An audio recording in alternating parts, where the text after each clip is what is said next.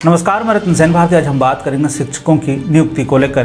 पिछले दिनों नीतीश कैबिनेट की बैठक में 36 एजेंडों पर मुहर लगी, जिसमें कई अहम मुद्दे भी शामिल हैं। हालांकि इस पूरी कैबिनेट की बैठक में एक बात जो बड़े ही जोर शोर से कहा जा रहा है कि कैबिनेट की बैठक में मंत्रियों के भत्ते में बढ़ोतरी हुई है।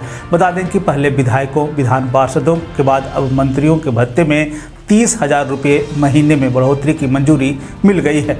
कुछ समय पहले ही विधायकों के वेतन में बढ़ोतरी हुई थी। इसके साथ साथ इसी बैठक में यानी कि इसी कैबिनेट की बैठक में ओबीसी, ईबीसी के छात्रों के लिए भी नई स्कीम यानी कि स्कॉलरशिप स्कीम की मंजूरी दी गई है। आपको बता दें कि पिछले साल नवंबर महीने में विधायकों और विधान पार्षद के वेतन भत्ते में लगभग 25,000 रुपये महीने का इजाफा किया गया था।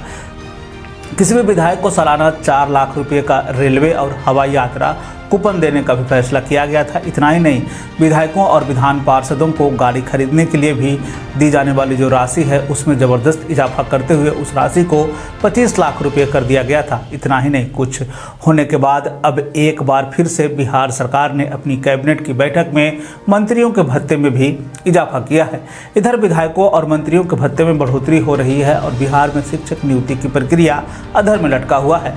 इस साल के दूसरे महीने में बिहार के शिक्षा मंत्री प्रोफेसर चंद्रशेखर ने कहा था कि इस महीने में ही शिक्षक नियोजन की नई नियमावली पास हो जाएगी, यानी कि फरवरी में ही शिक्षक नियोजन की नियमावली पास होने की बात कही गई थी। उन्होंने कहा था कि हमने इस नियमावली पर साइन कर दिया है, कैबिनेट में पास होने के बाद यह लागू हो जाएगा। लेकिन यह नियमावली कैबिनेट में कभी पारित हो ही नहीं पाया और 21 मार्च की शाम को जब कैबिनेट की बैठक होनी थी उस पर समय भी छात्रों के मन में एक आस और उम्मीद की किरण जगी थी कि 7वें चरण के लिए दरवाज़ा खुल जाएगा, लेकिन ऐसा ना हो सका और छात्रों को अभी भी एक लंबा इंतजार करना पड़ेगा। हालांकि नीतीश कैबिनेट ने शिक्षकों के 7,000 नए पदों के सृजन के लिए मंजूरी दी है। इन शिक्षकों को विशेष बच्चों यानी कि दिव्यांग को पढ़ाने के लिए बहाली करनी है।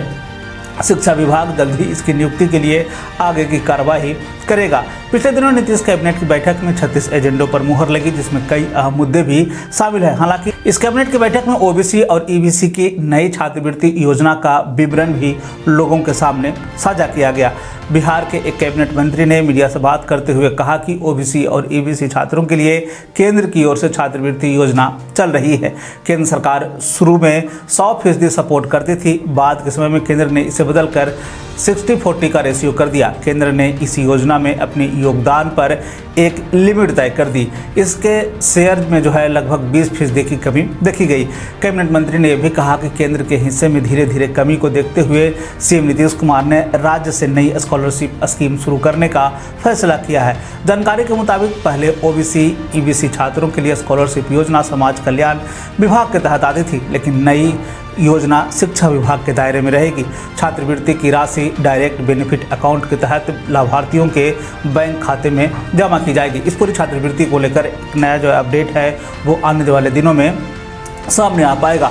लेकिन असल मुद्दा फिर से वही अटका है शिक्षकों की नियुक्ति को लेकर, क्योंकि 7वें चरण की नियुक्ति प्रक्रिया को लेकर छात्र जो है वो लगातार आंदोलनरत है, वो आंदोलन कर रहे हैं और वो नियुक्ति प्रक्रिया की मांग कर रहे हैं। लेकिन इधर सरकार की तरफ से जो मसले निकल कर सामने आए हैं उसमें नियुक्ति प्रक्रिया का एक जो ब्लूप्रिंट है उसे तैयार होना है और उम्मीद की जा रही थी कि इस कैबिनेट की बैठक में वह जो ब्लूप्रिंट है वो सामने आ पाएगा। उसमें यह तय हो पाएगा कि कब जो है इसकी प्रक्रिया शुरू होगी और कब तक चलेगी, कितने छात्रों को उसमें नियुक्ति मिलेगी। लेकिन यह सब कुछ नहीं हो पाया और कैबिनेट की बैठक में विधायकों और मंत्रियों के जो है, खास करके मंत्रियों के जो है वो पैसे, उनके भत्ते जो है वो बढ़ाए गए। ऐसे में छात्रों में खासा नाराजगी देखा जा रहा है। तो ये थी शिक्षक नियुक्ति से जुड़ी हुई खबर। बिहार और बिहार से जुड़ी हुई और वैसे ही खबरों के लिए बने रहे हमारे चैनल के साथ। मुझे दीजिए इजाज़त।